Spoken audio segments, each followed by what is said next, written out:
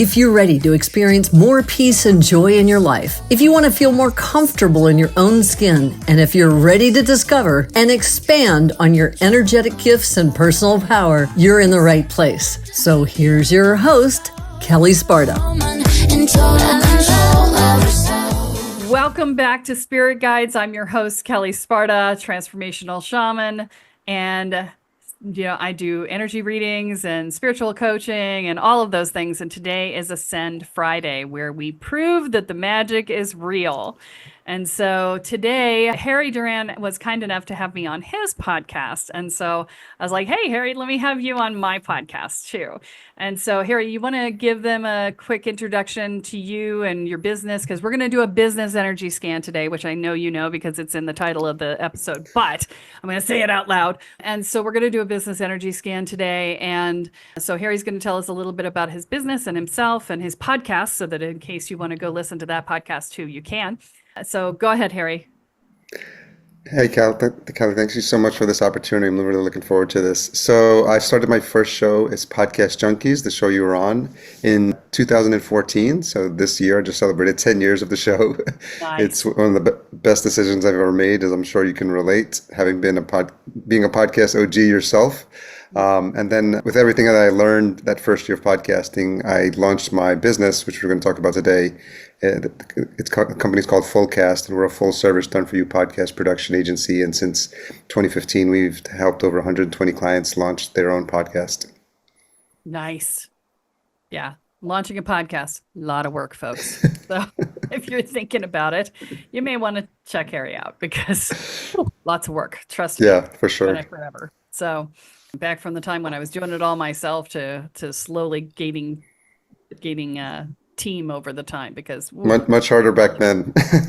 Oh my God. Yes. And the tools were so much less robust. So today the tools are so much better, but still a challenge. Anyway, let's get into this energy scan. And so we went over in advance of the recording all of the questions and the stuff that I usually talk to everybody about, because you guys don't need to hear that 50 million times. And so I'm just saying that we have had that conversation. And so the only question I have to ask before we get started is, do I have permission to enter into your energy field for the purposes of this reading? Yes, you do. Okay. Give me 1 second. I'll be right there.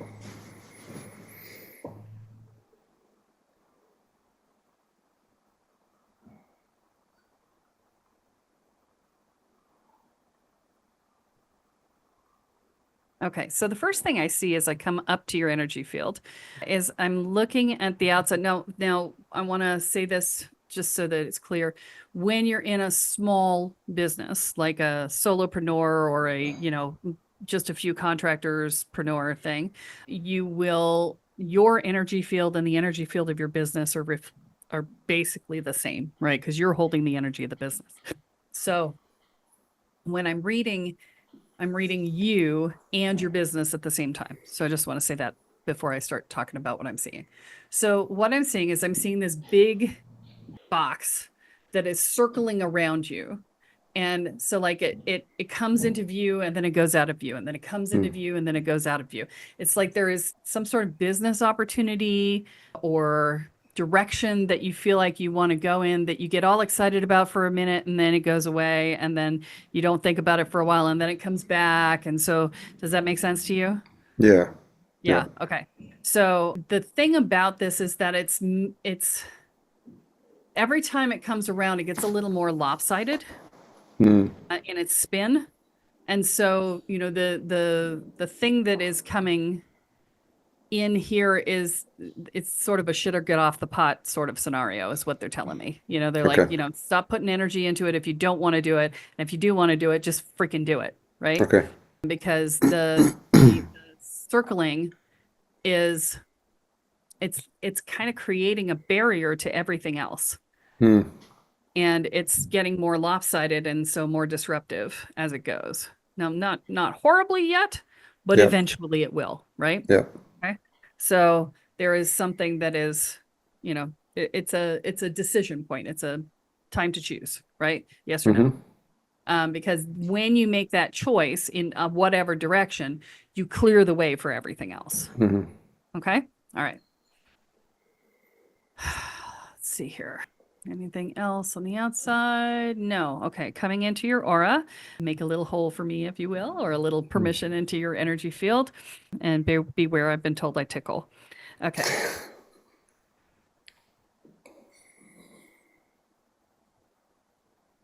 Okay. Okay. So as I come into your aura, I see, and I don't want you to freak out about this. This is not evil. I just see darkness. Okay. So what that usually, well, not usually, but in this case, it feels like a lack of clarity. Feels like you're chewing on something and you're not sure what direction to go in, and you're trying to figure stuff out, and you're it's almost like you're invested in the lack of clarity. It's a lack of clarity is typically a resistance to doing what you already know you need to do. Okay. So when we go into when we invest in lack of clarity, so there's actually not knowing and being like, I don't know what choices or options I have, right? When you're in a state of, I know something new is coming, and I'm not sure what it is, so I'm waiting, and I'm in a lack of clarity around the waiting for the whatever the new thing is to come in. That's fine. But when you have your choices and you're sitting there and you're yang yang yang yang yang yang yang at it, you are not. It's not a lack of clarity. In actuality, it's a resistance to making a choice. Okay.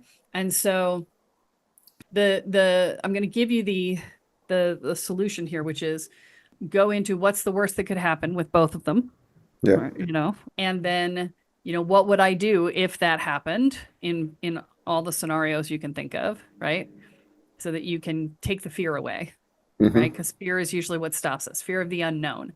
And it's like, well, okay, so let's anticipate all the possible unknowns, and then we will take away the fear of the unknown, and then just lean into the knowledge that you are eminently adaptable, and whatever the unknown is, you'll figure it out, right? Sure. So, but once you can sort of put faces to the nebulous things that you're not actually giving yourself permission to think about, then it becomes easier to be like, yeah, okay, I can deal with that if that happens, right? And then and I want to be clear that the choice to not make a choice is also a choice.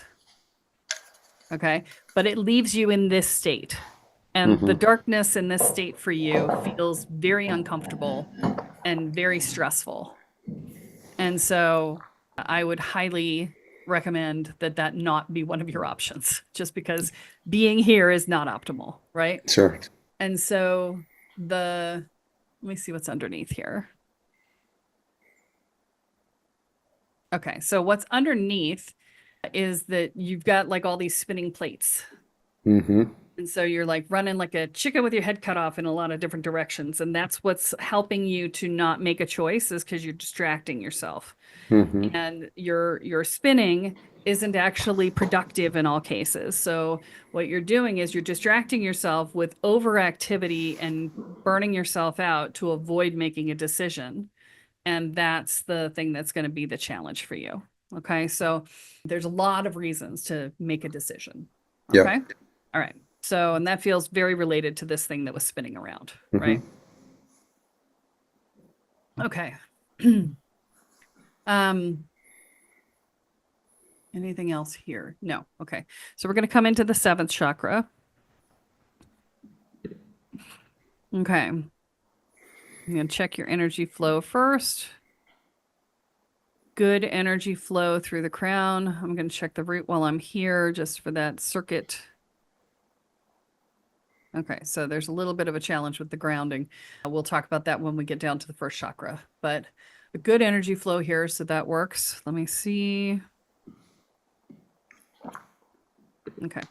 Got some block in the masculine. This feels like it's going back to that lack of decision piece, because your masculine wants to just like structure everything and put it all in place and make it go, and you're sitting there going but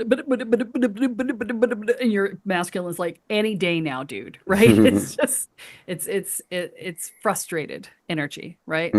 And so it's not like it's blocked per se, but it is currently not allowed to come online. And so because of this sea change choice point that you're at. Okay. And so, the clearing of those fears would be helpful for the masculine because it would give it something to do. Because you use that energy for that. Sure. And I would say, here's the thing, okay? It feels like you're trying really, really hard. And the thing about trying really, really hard is that it tends to shut down the energy flow into your business, because trying really, really hard is sort of a control pattern.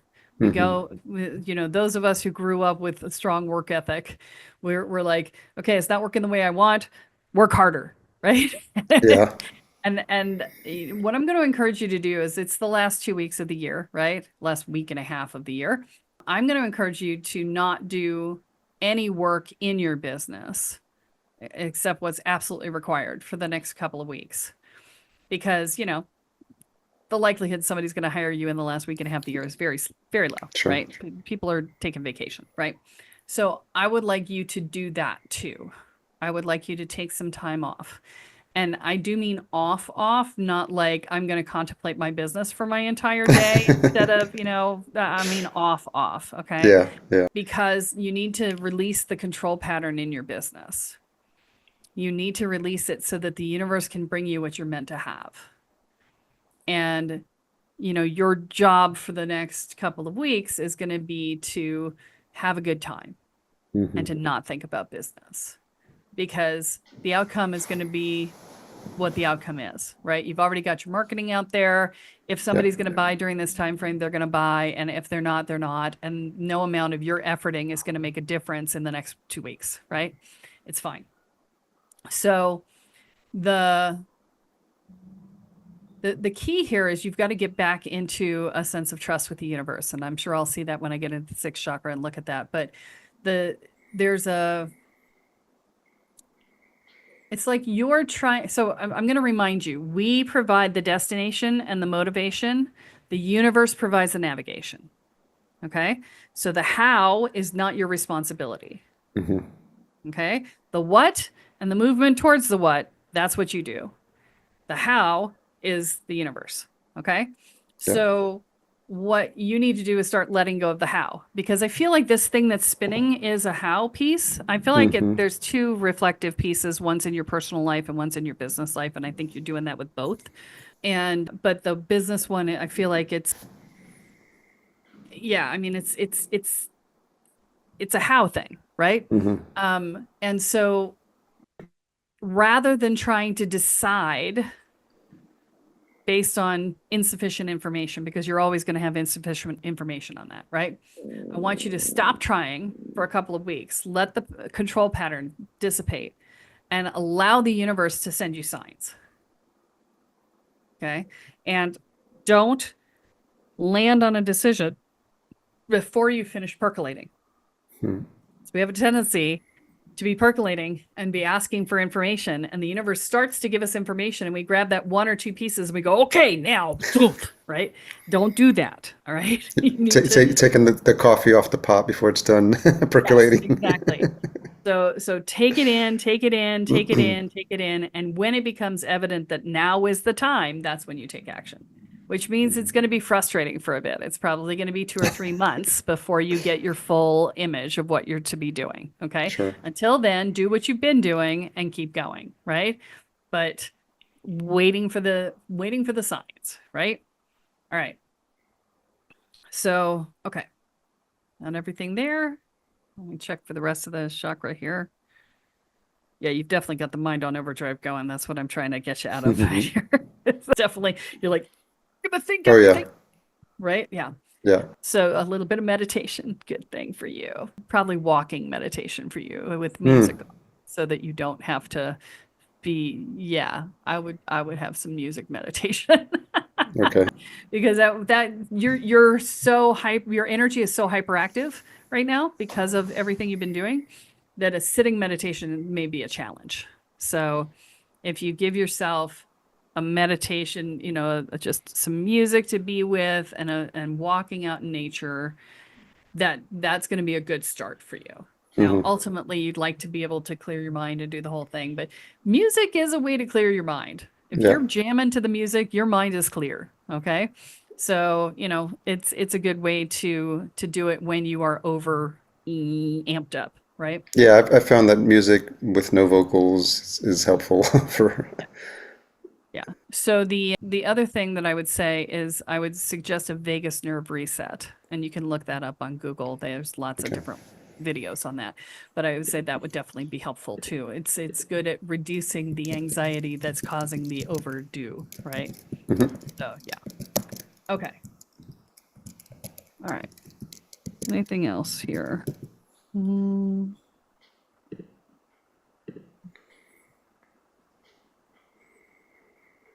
Yeah, you're a natural channel, right? Intuitively, I think I feel it, but I haven't really put any time into it. Yeah. Well, you're already pulling energy and knowledge through from the universe. So it doesn't look like, so you can channel entities or you can channel information. Okay.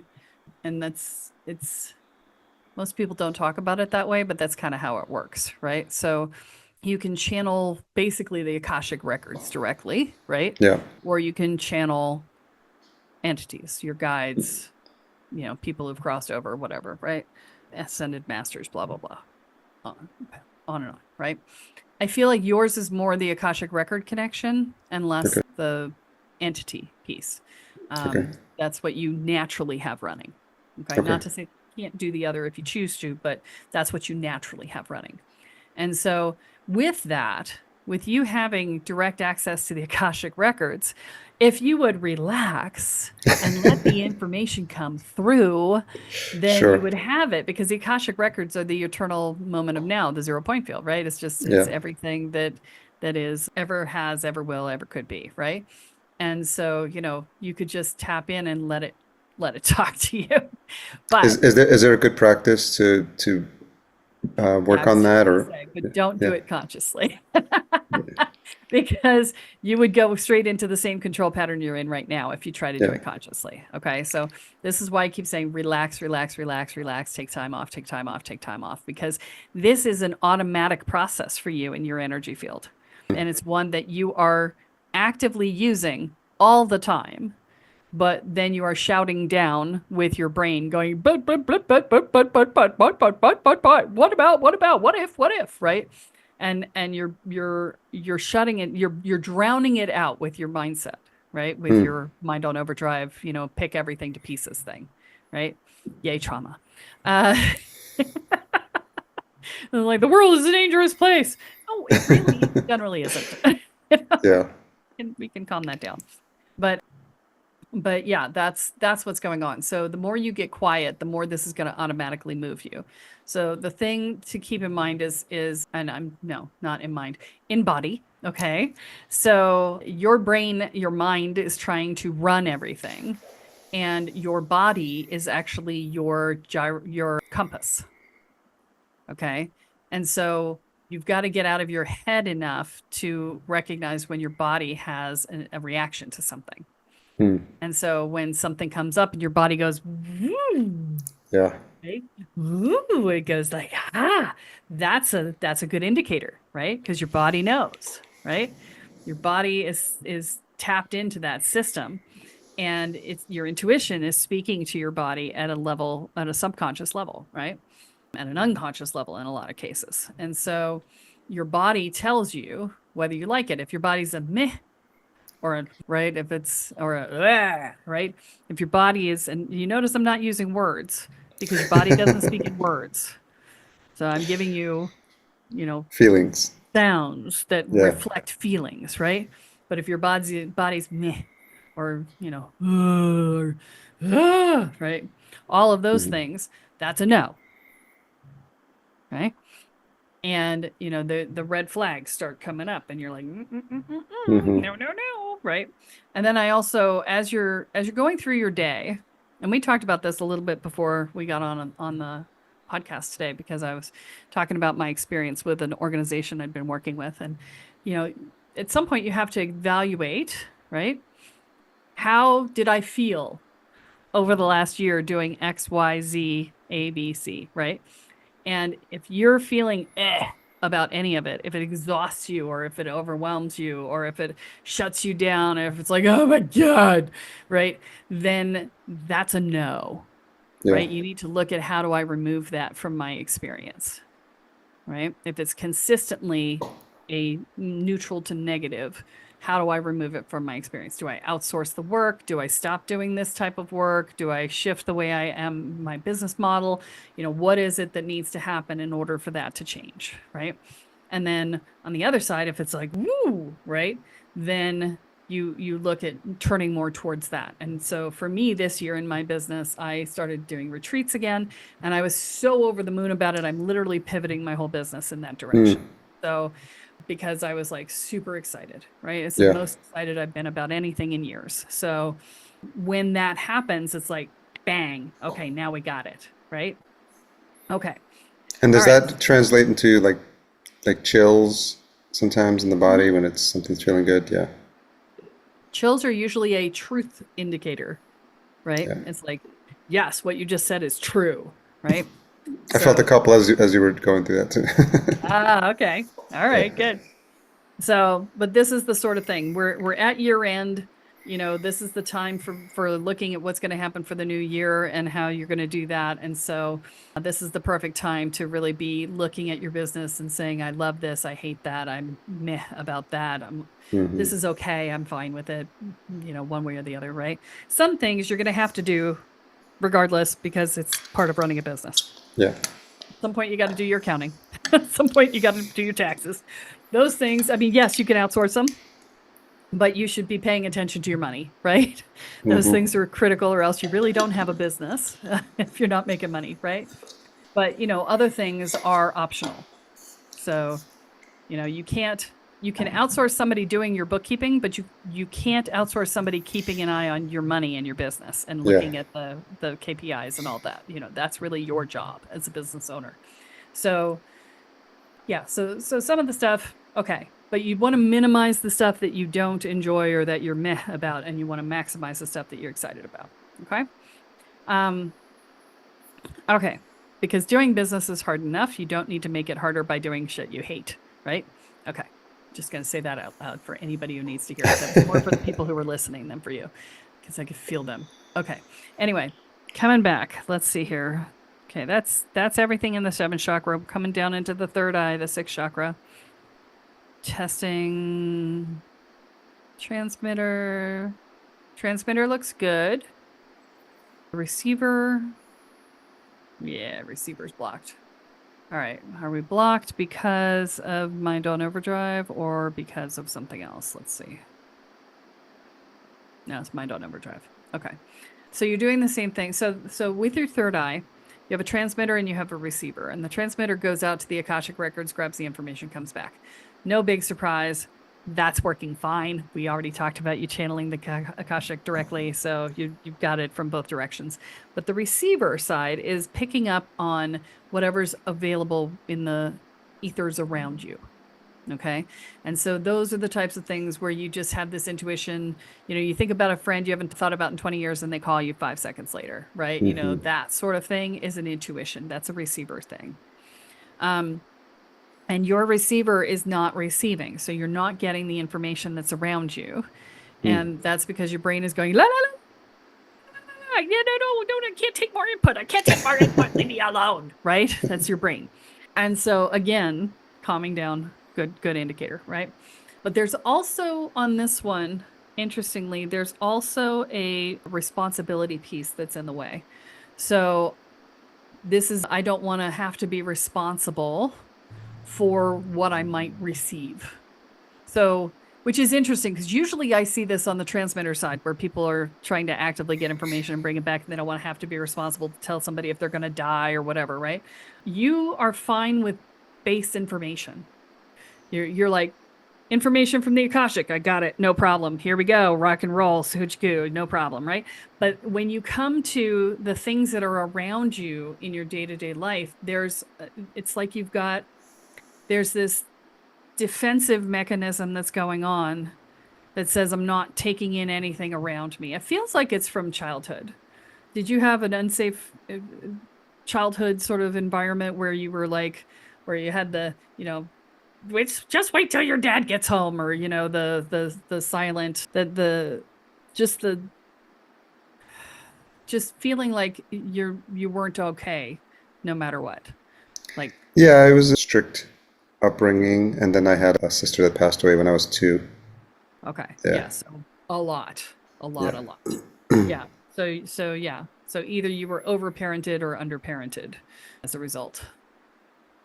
yeah. There was definitely some tension energy that I've discovered through therapy later on in life that was existing there. Yeah. Well, and at the age of 2, it makes it interesting because do you know when you started talking? No, I don't actually. Okay. Because if you did not learn to talk before that happened, then that will sit in your somatic field because you Hmm. don't have words to express it because you were nonverbal when it happened, right? And so that needs to be moved somatically rather than talk therapy wise because you didn't have words at the time. So it's never going to come out in words now. Okay, Can't you can't match the experience to words because it didn't exist at the time, right? that makes sense. Yeah. So yeah, so that's some stuff to think about and maybe do some somatic work on moving that. So I'm not sure if EMDR would work on that because you have to bring the experience up first. So maybe, but probably more like mat work or something like that would be better. Something where you're doing physical movement and Yeah. being moved through the process. So, okay. Let's see here. Yeah, the responsibility piece. I want to come back to that because that's what I was talking about. Yeah, it makes perfect sense that so what we do as children is we take on responsibility for our parents' well-being and their happiness and their upsets and everything.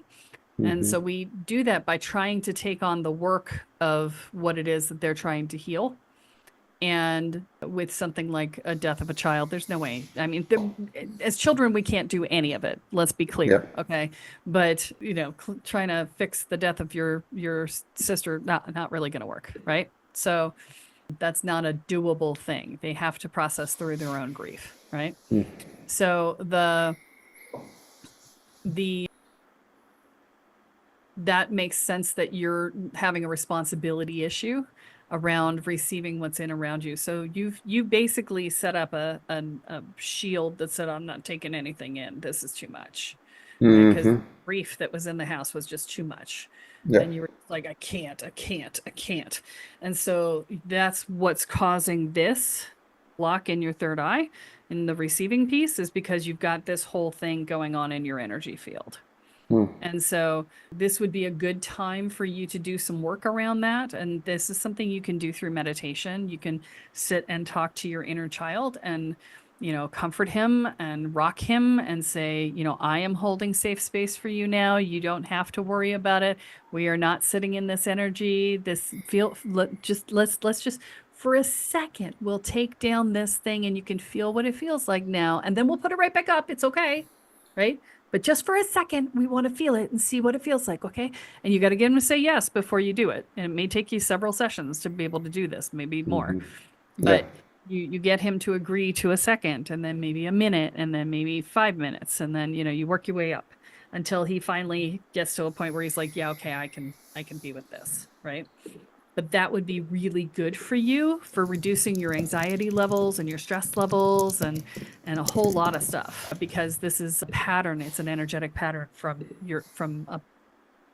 an environment that you no longer live in. So it's no longer relevant. Okay. Yep. Okay. All right. What else? Let me look here.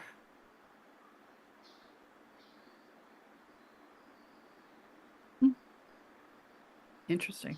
You're one of the few people that I don't have a fear of your own power for. So well done, sir. Okay. How does that usually manifest? A fear of your own power usually manifests as, not giving yourself access to your full power, right? That's not what you're doing. You're actively using your power all the time. You just aren't getting the environmental stuff because of the childhood pattern, but it's not because of the fear of your own power. A lot of people, they use their power earlier on in life. They screw up, they overdo, they hurt somebody else, they hurt themselves, and then they shut it down and they do penance for 25, 30 years. And they're like, oh, I was a bad person. And it's like, no, if you were truly a bad person, you wouldn't have done any penance. You wouldn't have cared that you did that, right? Yeah.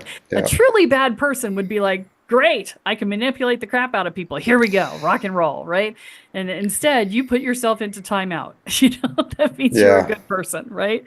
So at some point, you just gotta forgive yourself. And the way to determine whether or not it's time is to imagine if you were somebody else and they had done these things and they had taken this much penance for it, would you think they were done? And if you say yes, then you should be done too, right? So, but yeah, that's usually how it manifests, but it's not this. I don't have that for you.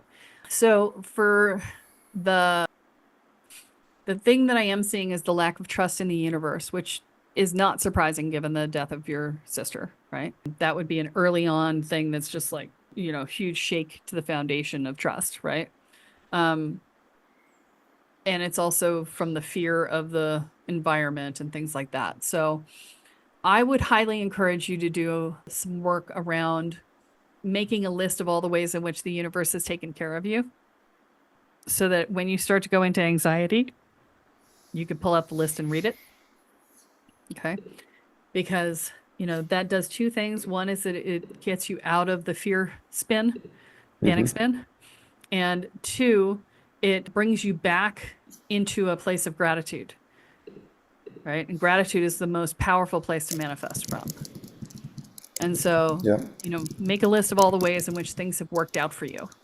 Like never been homeless, or, always had food, or, roof over my head, and, and look, I have unlimited electricity available to me at any moment. I have running water that I can drink if you don't live in Flint, Michigan. And all these things, right? So being able to say, these are the things that I have. Now, I want to be really clear. These are the things that I have that other people don't. Okay? Because that takes people into a guilt spiral. Yeah. And so they're like, oh, well, I've got this and they don't have that. And no, my trauma isn't valid because other people have more trauma. That's some bullshit there too. Okay? So what we want to do is we want to stay in what we are grateful for in our lives. I'm grateful for fresh air. I'm grateful for yummy food. I'm grateful for, whatever, right? This person or that person in my life. My ability to be smart, or to be resilient, or to whatever, right? I'm grateful for myself. Be grateful for yourself too, right? So all of those things. Okay. Now, anything else here? Let me just take a quick look. Yeah, big time. Okay. So you also have creativity usurped by the mind going on here. Okay. And so what that means is that your creative process is supposed to take place in your second chakra. Okay. That is where we create literally life, right? But you are thinking your creative process to death, which we already knew because we've got this spinning going on. And when you do that, what you're doing is you're yanking the creative process out of the second chakra where it belongs, and yanking it up into your mind, and like chewing on it until you chew all the flavor out of it. Okay. And so the key here again is let go, right? This is let it go, right? And you've got to let it go. And this is back to the percolation thing. So, a lot of people who do this process are like, well, I don't know how to be creative then. How am I supposed to be creative if it's not in my head? And the answer is the percolation. Percolation is the creativity. Okay. So when you let something just sort of roll around in your brain and you don't hold on to it, and it just sort of wanders around in your brain, and you don't hold it at all. You just like periodically it comes to the forefront and you go, oh, interesting. Back into the percolation, right? That's how you do it. You're like, huh, cool. Not baked yet. Back into the percolation, right? If it doesn't go ding when it comes forward, then the microwave has not finished its cycle, right? Or the coffee pot is not, I'm not going to mix my metaphor. The coffee pot has not finished its cycle, right? And you want to just let it go back into the process. And keep in mind, creativity is a body-based process, not a head-based process. Okay. Even if you're writing, which people think, oh, well, that's a head-based process. No, it's not. If you are and you can talk to any author about this, if you are in the zone, you Yeah. are writing, you are not thinking, you Yeah. are downloading, right? There is just stuff coming into your brain and you're just going, right? And it's pulling you forward. And all of these things are exploding across your mind, but they're not thoughts. Yeah, I've been Okay. having that experience with free writing sessions. I just put the Yes. timer on 20 minutes and then I just keep writing and don't stop. So Yeah. And they are not thoughts. They are inspirations. yeah, You are communing with the muses, right? I've experienced that. Yeah. Yeah. And so that is still a creative process. It is not a thought process, right? So, get into your body, dance, move, do some finger painting. That's great. I love finger painting for that. It's just like, oh, it gets you right in your body. Do some sculpting, right? Don't make it have to be anything. Just play with it, right? Don't decide what you're going to make. Just play with the clay, right? The deciding is the head, right? Yeah, this is what I'm saying. So that's what I'm talking about with releasing the energy into your second chakra. Okay. All right. All right, now let's come down. Is that everything here? Yeah, okay. So coming down into the fifth chakra. Fifth chakra, self-expression.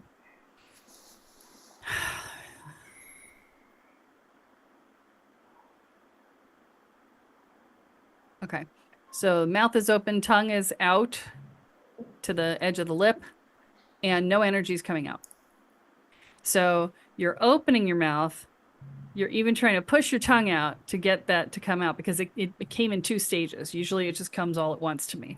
But it came in two stages. So you have two stages. You open your mouth and you're like, okay, I'm expressing myself, but no energy's coming out, right? And then you stick your tongue forward going, okay, we're going to put some energy into this. But again, it's your physical body, no energy coming out. And so you're like, I'm trying, but you're not, because you're not putting your whole self out. Okay. You're putting out a sanitized version. You're putting out what you think is a consumable version. And that is why there's no energy coming out. It's because there's a holding back happening because you're not sharing your whole self. Okay. So, all right, let me take a look at what else is in here. Still got some people pleasing communication going on. I'll talk about that in a second.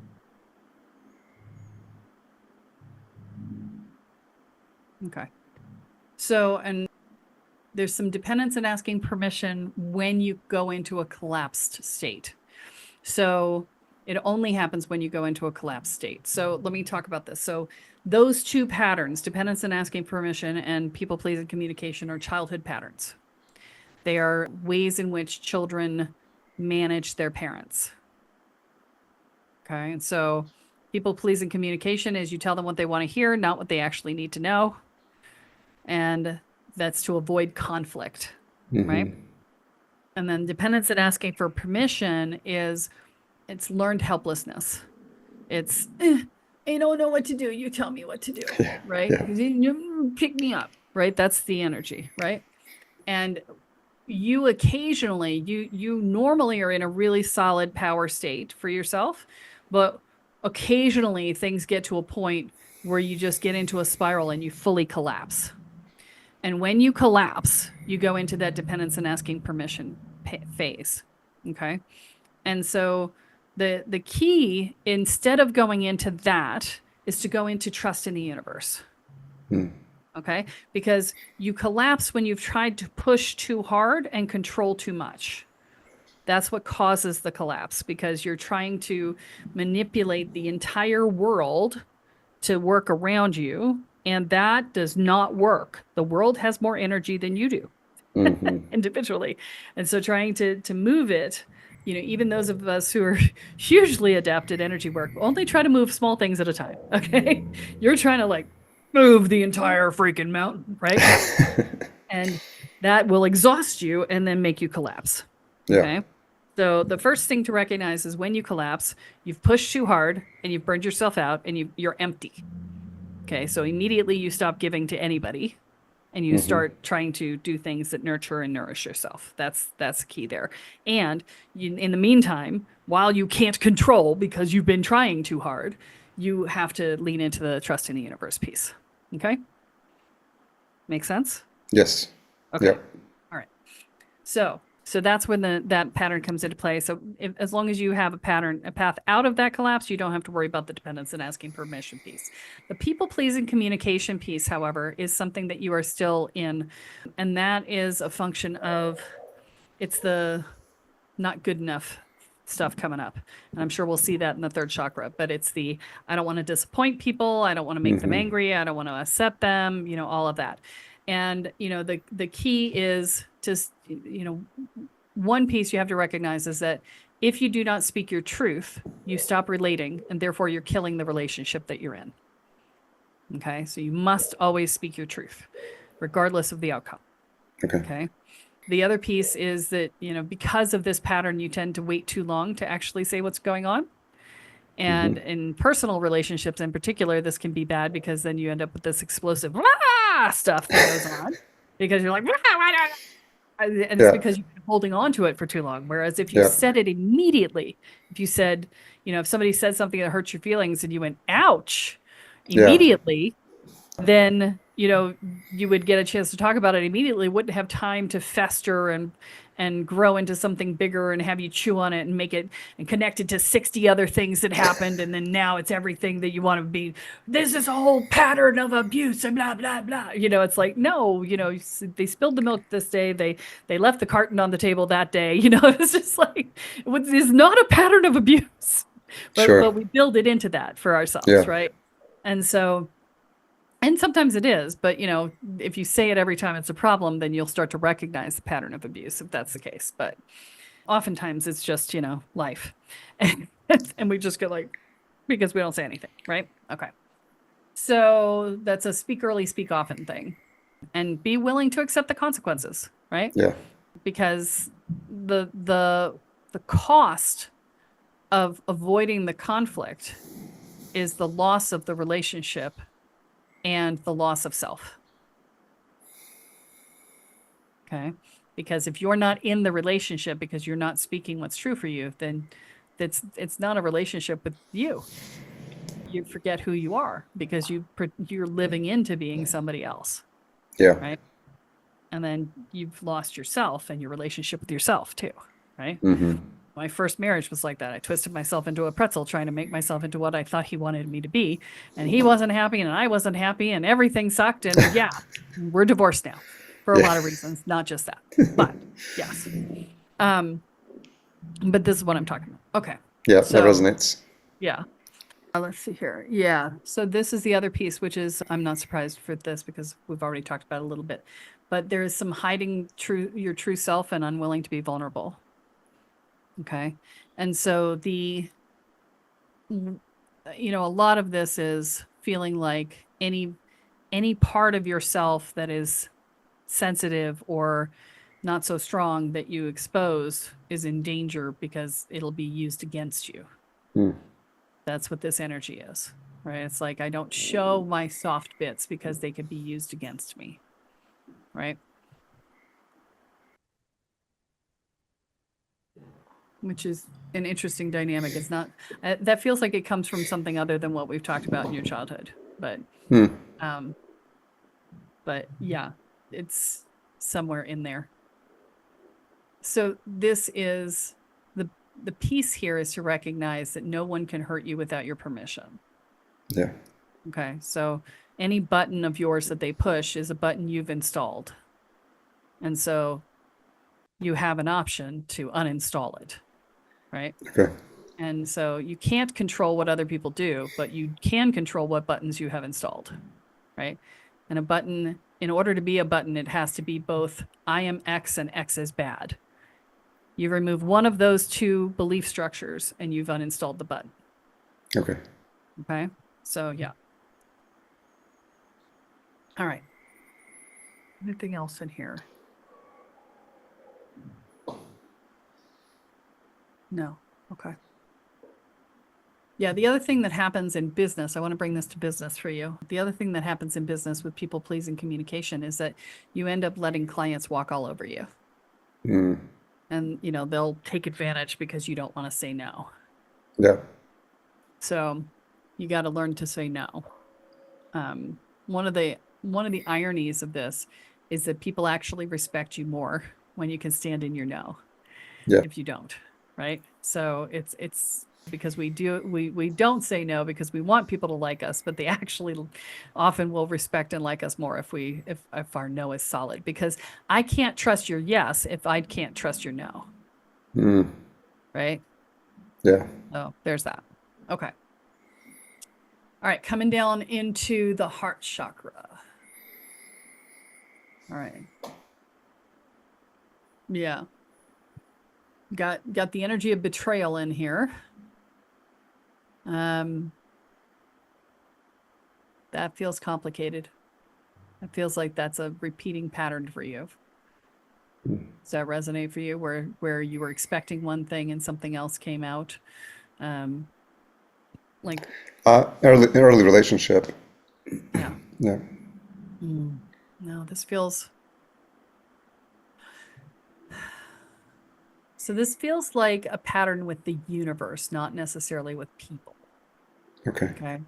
So it feels like, it's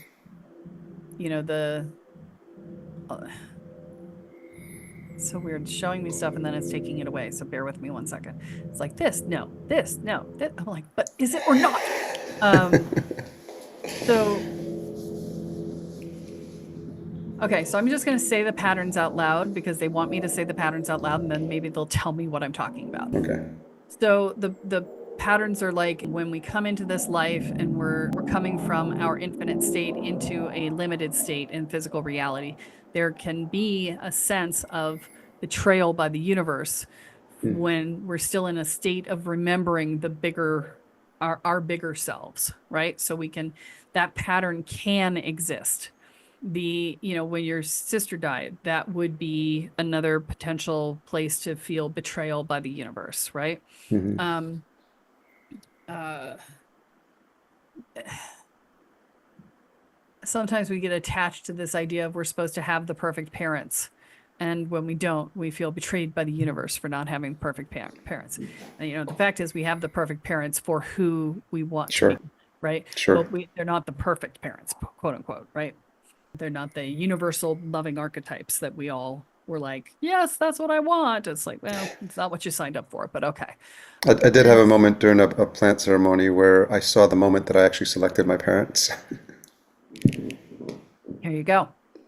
And something like your sister dying is a sacred contract that would have been put in place before you guys came into the life too. Yeah. So, but all of this shifts as you shift your consciousness out of duality and into the experiential realm, right? And so when you start to understand that things are, not that they are good or bad, they just are, right? And that everything has a purpose, and you may not see that purpose immediately or even in this lifetime, but it has a purpose, right? And so this pattern of not oh, okay. That's interesting. That's very interesting. Okay. So this betrayal by the universe energy for you goes back into, I see a lifetime in which you were a witch who was killed for her gifts. And interestingly, it did not result in a fear of your own power, which it usually does. But it's the way that you took it. You didn't take it to be my gifts screwed me over. You took it to be the universe screwed me over. So I think you did some energy work around it to try and you saw it coming, and you did your spell work and it didn't work. And so you felt betrayed by the universe because it didn't bend to your will in that scenario. And so this feels like it's so interesting because I keep looking at these patterns and I'm like, they don't feel present for you, the ones that I talked about before, but they are being pulled on by this past life pattern. And that's challenging your faith in the universe. And I think what you're going to find, and I would highly recommend doing some meditation on this, but I think what you're going to find as you do some meditation, journey work, whatever, I think what you'll probably find here, because this is what it feels like, is that you had to leave that life at that time in order to be in the next life that you wanted to be in. And that was part of the contract going in. And it wasn't that the universe didn't have your back. It's that the universe had your back, right? It's like, no, it had to end here, right? Yeah, But had bigger plans for me. exactly. Yes.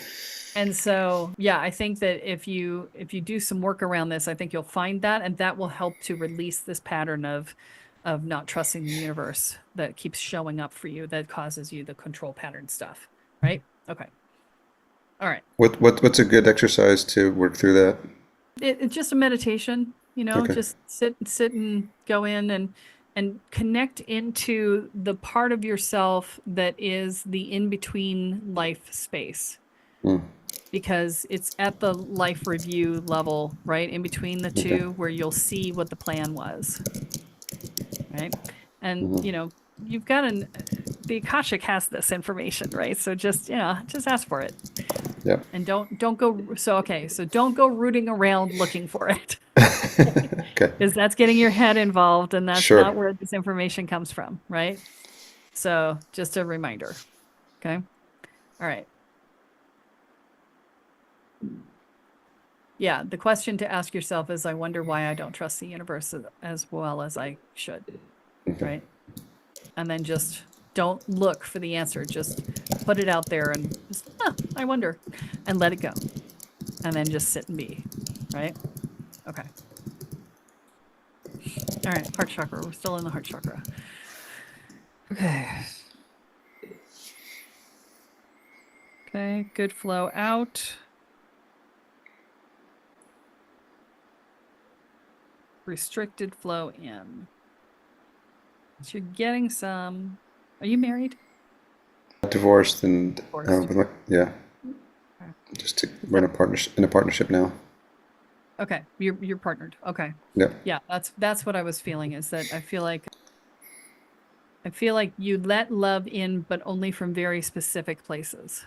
Okay, it's like you have a definition of how love can come in, and it's a very small definition. And the invitation would be to see the whole world as offering you love, and to make that a practice. Because you're good at loving, but again, it feels like it's very limited. It feels like it's specifically designed to certain people, right? And part of the reason why you're not as filled with joy and fulfillment as you would like to be is because your heart is being limited in its in and out flow of love. Okay. Not surprising given our cultural education in love and your personal environment, where you had to shut down from the two people who were supposed to love you the most, right? And so you're like, carefully choosing who you can love, right?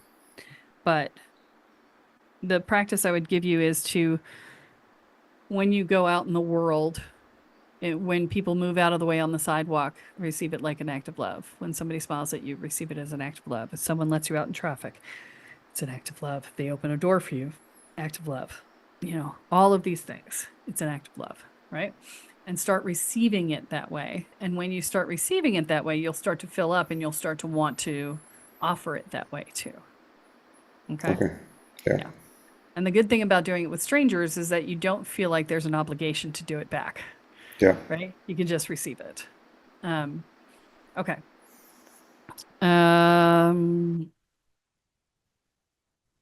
Heart chakra. Yeah, you've got some grief still going on in here. I'm going to send you a copy of my sound healing for clearing grief, so that you can do some of that, because this is really old grief. So it's not all of it's even from this life. So some of it's from when you were a child, and that's why the sound healing will be useful, because it's just sounds, it's not words, Yeah. right? Yeah. And but some of this is older. You're holding some stuff from multiple different lifetimes. Okay. So the key about the sound healing is that the more you listen, the more it works. So don't Okay. just listen to it once, listen to it over and over again until you feel like you've emptied out. Okay. Okay. And you don't have to think about anything while you're listening to it. Okay. You just be with the music, be with the sound, and it's not really music, it's my voice. And let it work on you. Okay. Okay. All right.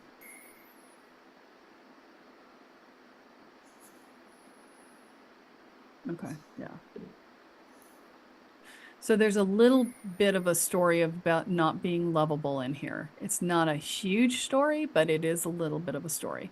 The situation is that our subconscious mind doesn't know when we shut down from receiving, that we're not receiving because we chose not to receive. It just knows we didn't receive. And so if we don't receive for long enough, it says, well, I must not deserve it. So it's an internally created story. Okay. And so the act of opening up to receive more will slowly unwind that story. Okay. Okay. Yep. Yeah. So you don't have to actively do anything with that except start to receive more. Okay. Okay. All right. Coming down into the third chakra.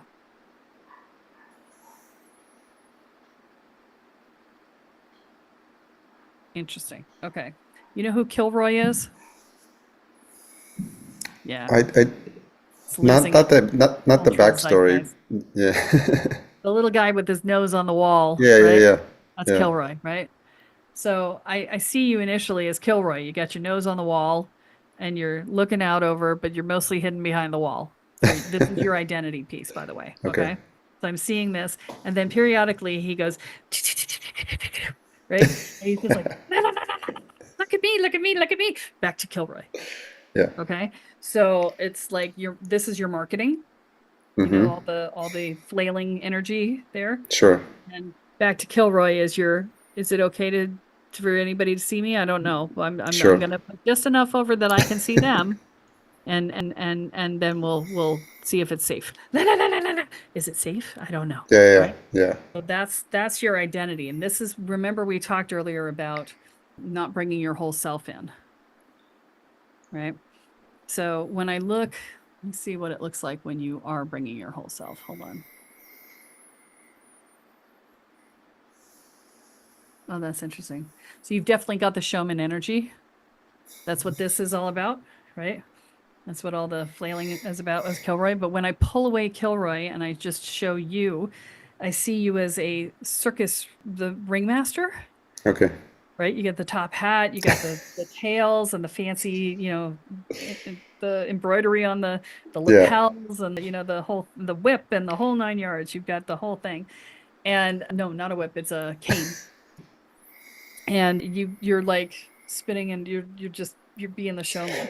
But that's your true self, right? Is not you're putting it on. It's just that's who you are. You have this, one, it's a leader energy. Two, it's a flamboyant leader energy. It's an attractive and working with things that are amazing and different and unusual and to delight the senses and enthrall the masses, right? It's that sort of energy of here we go, you've come for a good time and I've got one to give you, right?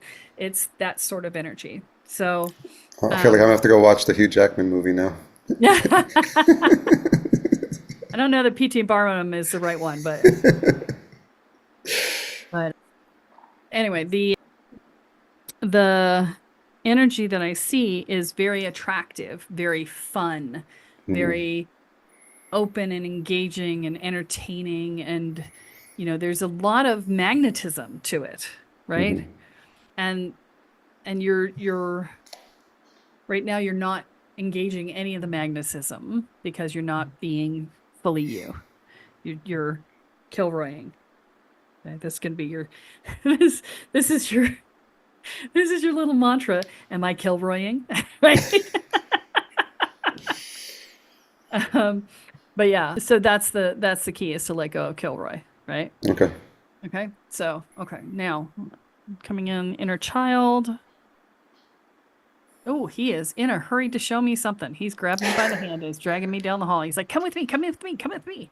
I'm like, okay, I'm coming. Ah, he's got a room filled with a train set. And he's running the train set around the room. He's like, look. This is the coolest thing ever, right? He's so excited. The train feels like, it doesn't feel like it's a direct mapping onto your interests. It feels more like a metaphor. And it feels like that sense of, I have control over my environment. The train is on the tracks. I know exactly where it's going to go. It's going in the same direction. I just get to see how fast it goes. It's going in a circle, so it's fully safe, right?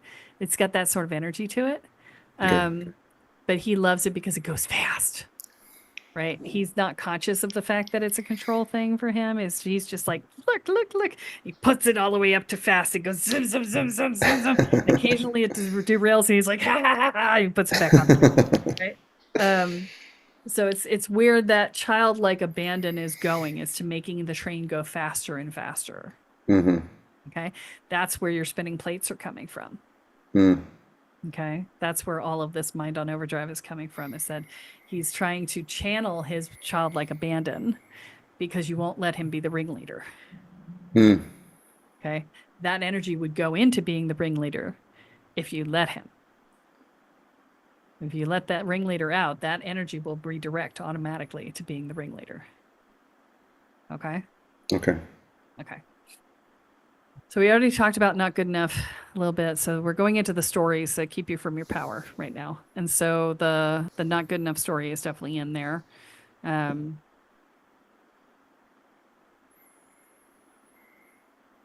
Yeah, so not good enough is a complex unwind. So there's no quick fix, but a good start on it is to be like, not good enough for what? For who? Right? You're probably better than 95% of the people out there. And so, how does it matter if you're not good enough to be, 120%, right? If it's better than 95%, then, it's pretty good, right? Yeah. That's close to A+ territory, right? So, the whole idea of 80% of our effort, or 80% of the output is produced by 20% of our effort, right? So, being able to let go of that other 20% is how we get away from thinking we're not good enough all the time. Sure. Right? Because then that's the other 80% of the effort. It's like good enough is often just good enough, right? And for those of us who are perfectionists, that's a hard sell. but it is what it is, right? Sounds familiar. Yeah. So, yeah. All right. What else?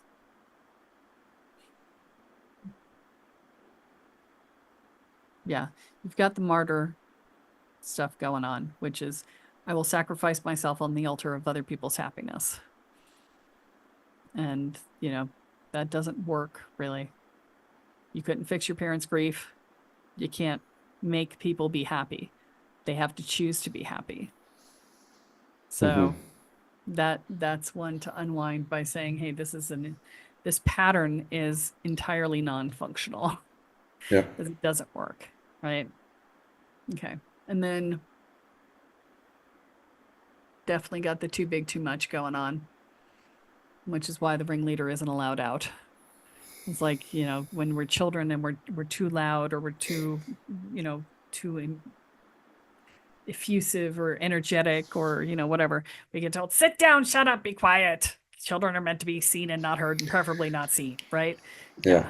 And when you get that too often, you get the too big, too much block, right? It's the, I have to be smaller than I am. I can't make waves. I can't make noise. I can't do this. It's not okay, right? And so, the key is to give yourself permission for it to be okay. I had a theater teacher years ago who wanted to get us past that. And he assigned us the task of going to a local bus stop and screaming the color of the cars as they went by.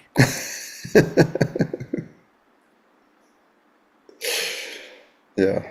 Yeah. It's the get you over worrying about what other people think thing. Sure. Yeah. That'll do it. Yeah. Okay. So,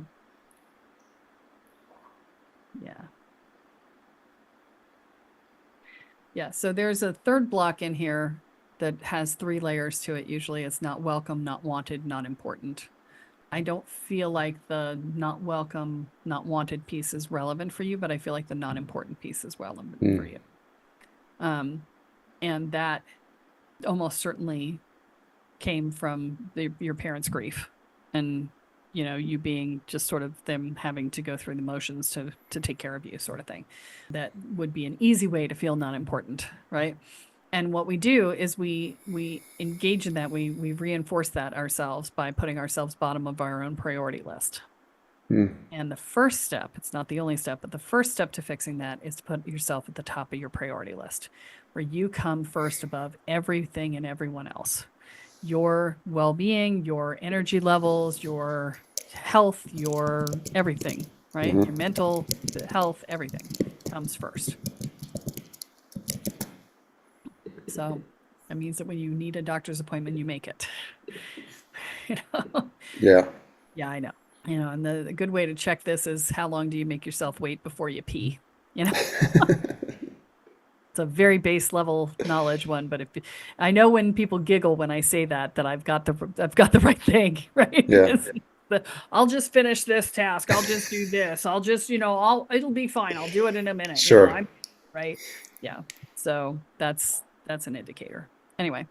Okay. Yeah. Third chakra was pretty packed, but it's good.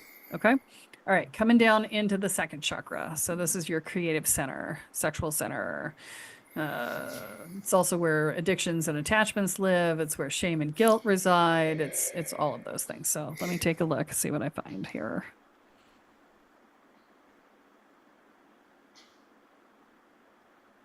Okay, so we know that the creative piece has atrophied a bit because you've been trying to think it to death.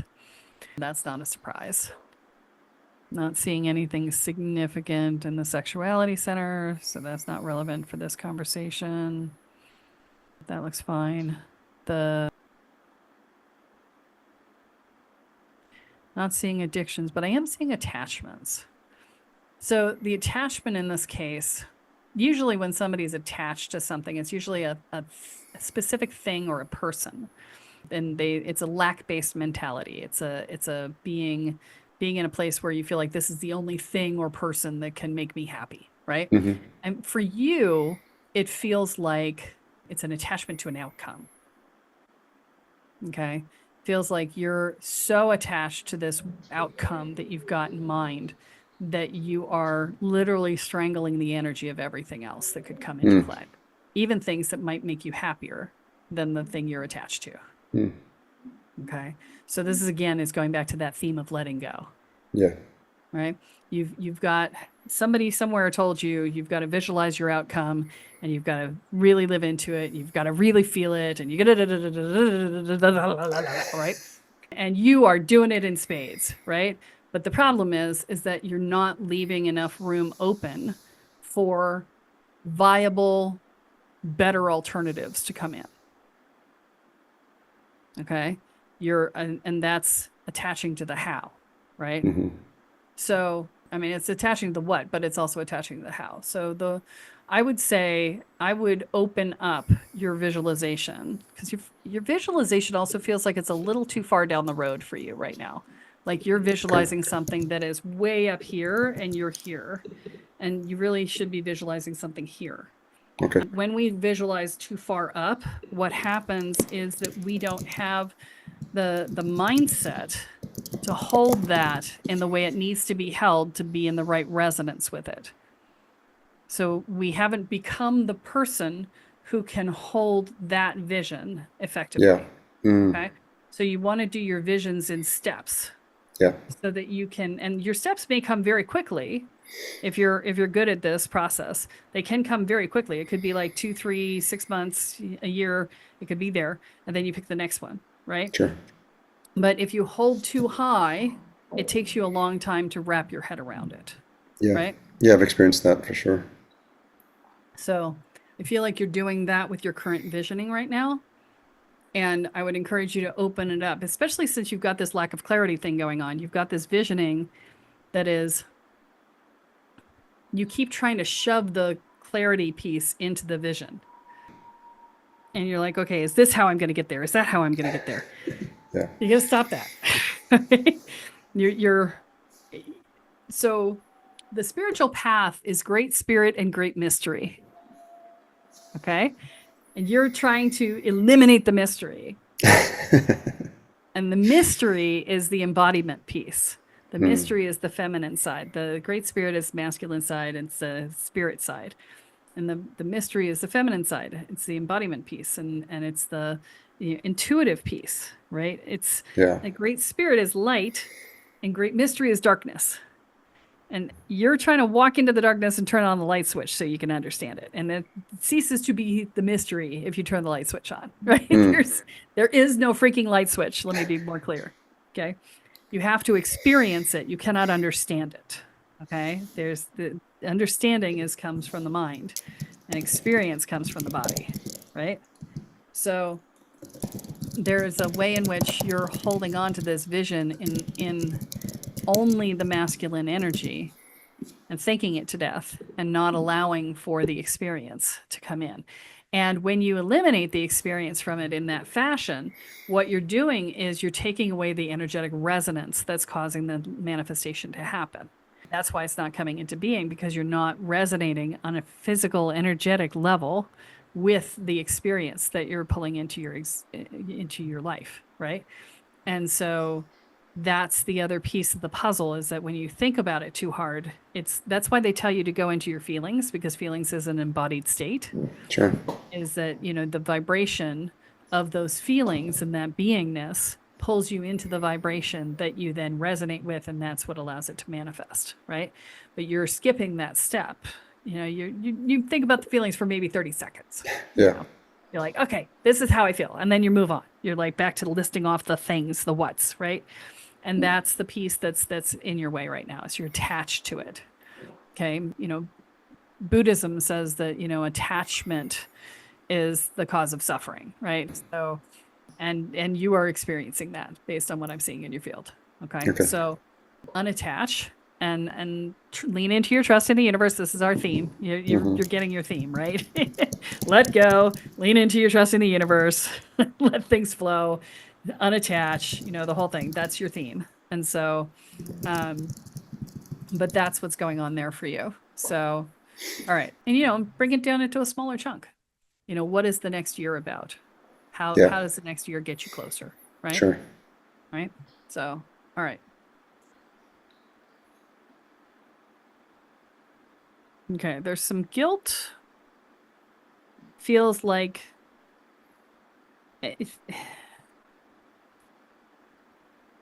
so it feels like you've established your value based on your income.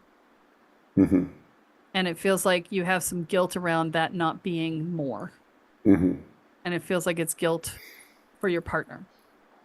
It's like you feel like you're not bringing enough to the table as much as you would like to, right? Mm-hmm.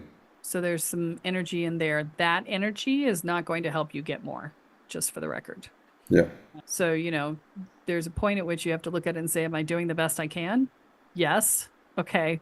So do I have anything to feel guilty about? Am I slacking? Nope.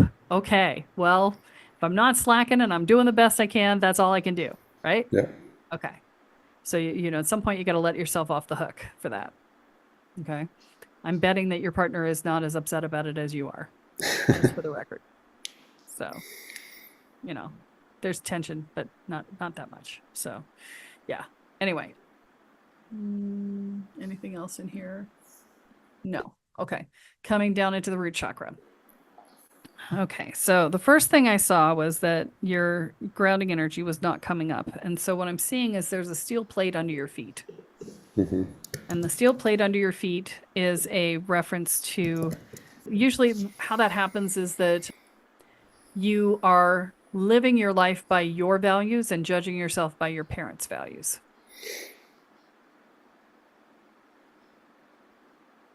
Okay. That is a recipe for misery and anxiety.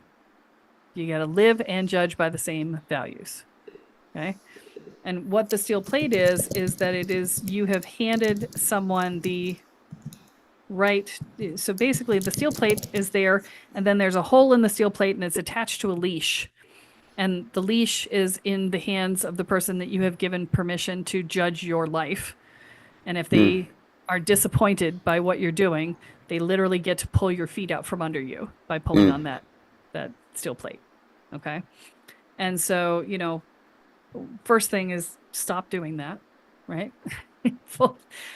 You should be the only person who gets to judge your own life. And so to remove the steel plate, you just remove permission for them to be able to pull you off your feet. It's like, you can have your opinion, but my opinion is the one that matters. That's the key to that thought process. All right. So once that gets pulled, yeah, the energy flow. Ooh, that's interesting. What's happening there? Why is that happening? So what I'm seeing is that the energy is coming up the back of your body and down to your face and then swirling in at your neck instead of coming back down. Okay.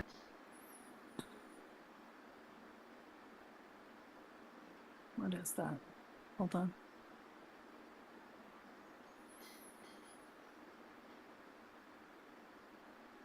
Yeah, it feels related to the identity piece we were talking about, the lack of self-expression.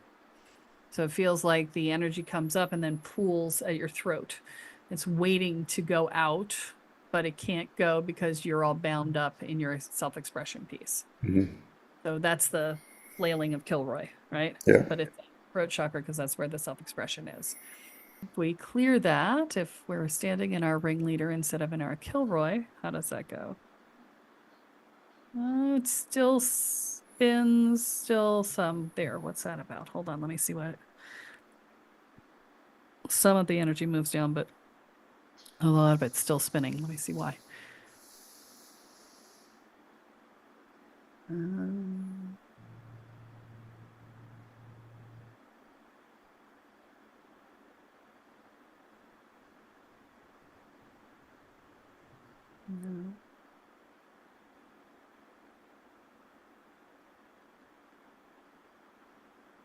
What is that?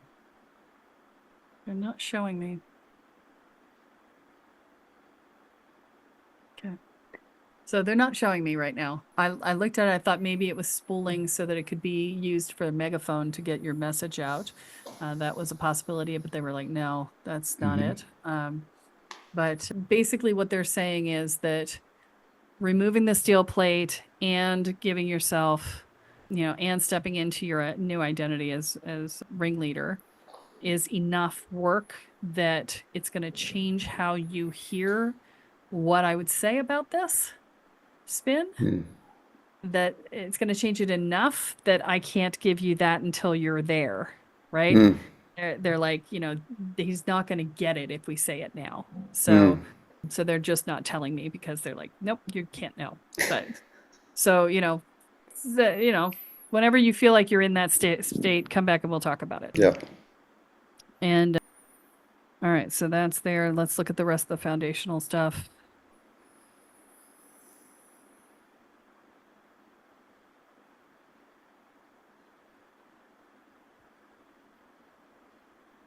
Okay, so you feel like you've been hermiting for a bit. Like it's not like you're completely isolated, but I feel like there's only like a few people around you, very few people. And I feel like that's true in your business too. I feel like that energy is the same.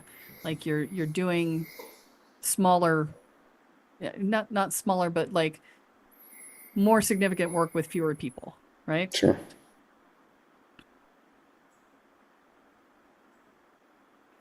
But yeah, there's this sort of energy of having pulled back while you're still doing all the spinning plates and everything. And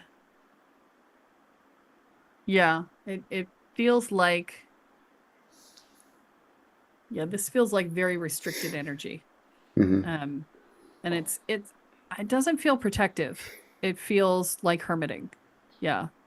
It feels like, nope, I got to step away from the world for a while sort of energy, right? And the hermit has a a lot of value, to being able to pull in and get in your own energy and understand yourself and be with what is. And the process of letting go and letting your brain go and not having to think about stuff and not having to figure it out and all of that is a great place to be in when you're in hermit phase, right?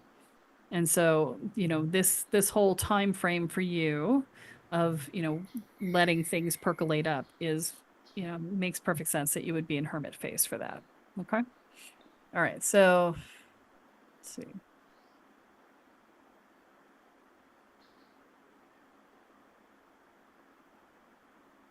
Yeah, there's some fears around safety and security in here. And that's a function of the anxiety thought processes, right?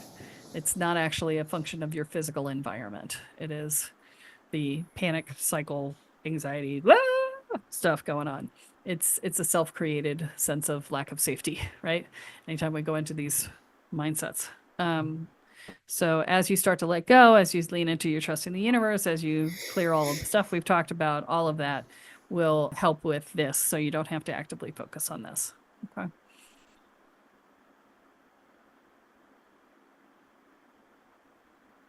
Okay.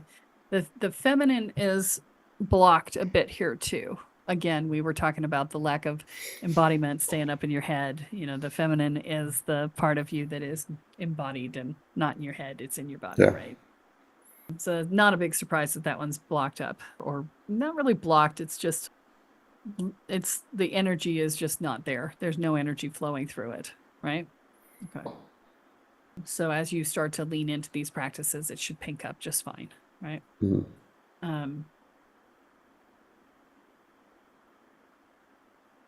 Okay, so let's look at your manifestation bubble.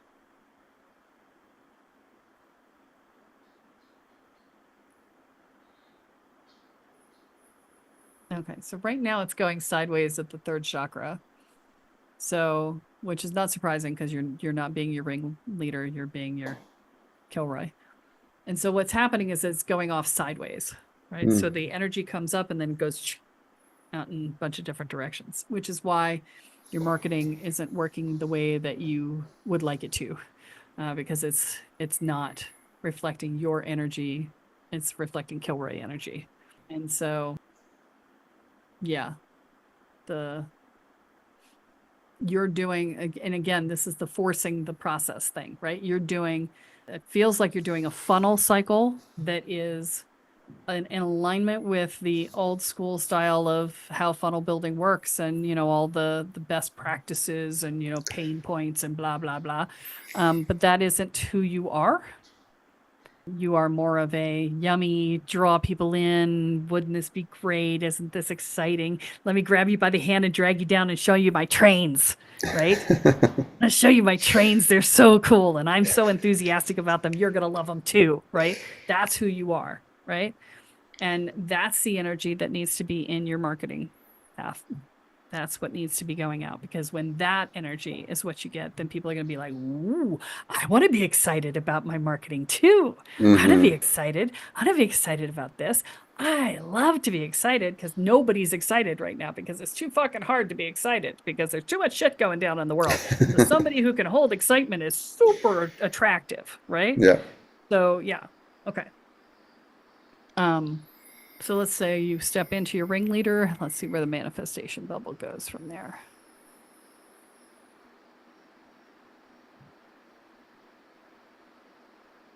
Okay, it's still spinning at the 5th chakra here. So let me see.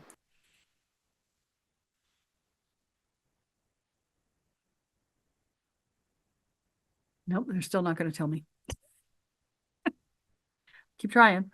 Nope, they're not going to give it to me. Okay, so does it keep? Yeah, it keeps going up anyway. So yeah, so your manifestation bubble clears dramatically when you step into the identity that is your ringleader. Okay, so if you're looking for a path to more cash, that would be it. And then there'll be another piece around the spinning at your throat later. Yeah. So, all right. So, any questions about anything I've covered before I go into wrap up here? No, that was helpful. Okay. Thank you. Okay. So your theme is let go. duh. I've only said it about 60 times. Yeah. Yeah. Let go, trust the universe, allow, step into your embodiment piece, which is, it's time for that for you because you've been doing a spiritual path for a while, right? Yeah. Yeah. And so, when we work on a spiritual path, initially, we almost universally start at the heart chakra up, doing the mental strip away, strip away, strip away everything that isn't you until you become nothing and you become one with everything, right? And then once you've hit that point where you've really sort of grasped the energetic world, then you have to go into the experiential side, which is stepping more into embodiment, doing more feminine work, and being in the place of being with what is and accepting and receiving everything without judgment until you become everything and you become one with everything, right? So that's the opposite of the other one. And then ideally you do both without it being a paradox, and that's enlightenment, right? So it's time for you to be stepping into that feminine work for yourself. You've been on this path for a while, so this is the appropriate place for that to be happening now. And so this is about really making an effort to get into your body. So I would highly recommend doing some Qigong or some Tai Chi or some yoga or, anything that puts you in your body. Kickboxing would work, it's just anything that's an embodied practice, right? And that will allow you to start to really get in touch with the physicality side of yourself. And that physicality piece will allow you to help open up the intuitive side too. Okay. Okay. So all of these things are going to be good options for you. Okay. So I've basically given you probably a year's worth of work here. Sorry. Good timing. That's why we record it, right? And by the way, fair warning, people tell me that when they go back and listen, they'll get 7, 8, 9 listens in and they'll hear something they never heard before. So that happens. It's just your brain didn't receive it the first few times because it wasn't ready to hear it yet. So it's not that I am magically manipulating the recording. Because I get accused of that. And I'm like, nope, did not change the recording. So, okay. So how was this for you? Yeah, it's very resonant. I think there's things that have come up before and come up in different parts through other work, through spiritual work, through therapy. So it feels like all the pieces, are aligning themselves. And I think it was helpful to have it broken down through the chakras, because to kind of see what's happening at each level, I think gives me a better understanding of what the energy of each of those chakras is like, and the specific work that can be done at those levels, as opposed to trying to handle it all in one shot, or feeling that one exercise or one task is going to take care of everything. I think there's specific things happening that need to be addressed, and that was helpful to walk through. Awesome. Yeah. Yeah. So for most people, I would say, okay, this is the order of operations to do the work, because so much of your stuff is related to the physicality piece and to the feminine work, trust in the universe stuff. I'm going to say that rather than giving you an order of operations, I'm going to say that the best path for you through this is a feminine path. And what that means is that you need to relax enough that you can feel where the inspiration is showing up. And whatever the inspiration is that comes, that's the piece you should do next. Okay. Okay. Because for a lot of things, there is a direct path and there's a do this first and then that, whatever. But for this, it's all, the thing about working in the feminine is that there is no order of operations in the feminine. It's all holistic and it's all interconnected. Yeah. And therefore, it doesn't really matter where you start, so long as you start and make a path, right? And it's not even a path. The word isn't right. It's a, make a start and shift into the beingness state that allows you to shift these things, right? So presence practice would be another good thing for you. Okay. Not meditation, presence practice. Okay. So presence practice is bringing yourself fully into beingness with something or someone. It's easier I like to do it with a plant, because then you can take in the energy of the plant and really be able to, when you're there because the plant will get brighter, right? The idea is to pull all your thoughts back from the future and planning and what are you doing next and all the things and all your thoughts back from the past of, oh, did this person not like me and what did I do wrong and blah, blah, blah, blah, blah, right? And bring it all into this moment. None of those things exist in the present moment, and just bring yourself fully into the present moment and then be with, not try to do anything, not try to connect, not try to anything. You just be with, bring all of your focus and all of your attention to the plant and then be with it, right? And don't try to make it glow. You're just with it. And when you are fully with it, it will brighten. Okay. It's not a goal. It's a result, right? Okay. If you engage in the goal, you will not get there. Okay. Yeah. Okay. So, that's helpful. Okay. So that's another piece that I think would be super helpful for you in terms of staying into that feminine embodied state. Okay. All right. So with that, I think we will call this good unless you have anything else to say. Okay. No, I think that's it. People find you if they want to find you. So for business, the website is fullcast.co, and that's essentially where they can learn everything about how we support business owners with helping them find their voice, as I like to say. Perfect. Yeah. That's related to the spinning. That's interesting. That's related to the spinning. Okay. Yeah. And your podcast? Podcast Junkies. Okay. Yeah. Awesome. All right. Anything else? I feel like I cut you off. So. No, I think that's it. I think if people want to go down a more personal path with me, I did start a newsletter at harryduran.com, and it's more of like what's happening in my world. And I talk more about my spiritual journey there. And it's a way for me to like not talk business and just share what's happening with the chickens at home or anything else that comes up. I've always wanted chickens. Jeff's like, not with it. I'm like, but chickens. Yeah, they're a handful for sure. Working out everything, so he's like, no, he gets to say no. Yeah. So I'm not gonna be their work for sure. So yeah. Okay. All right. Well, with that, we're going to call it good. And I'm going to remind you guys that what you focus on is what expands. What you intend is what you create. So choose wisely.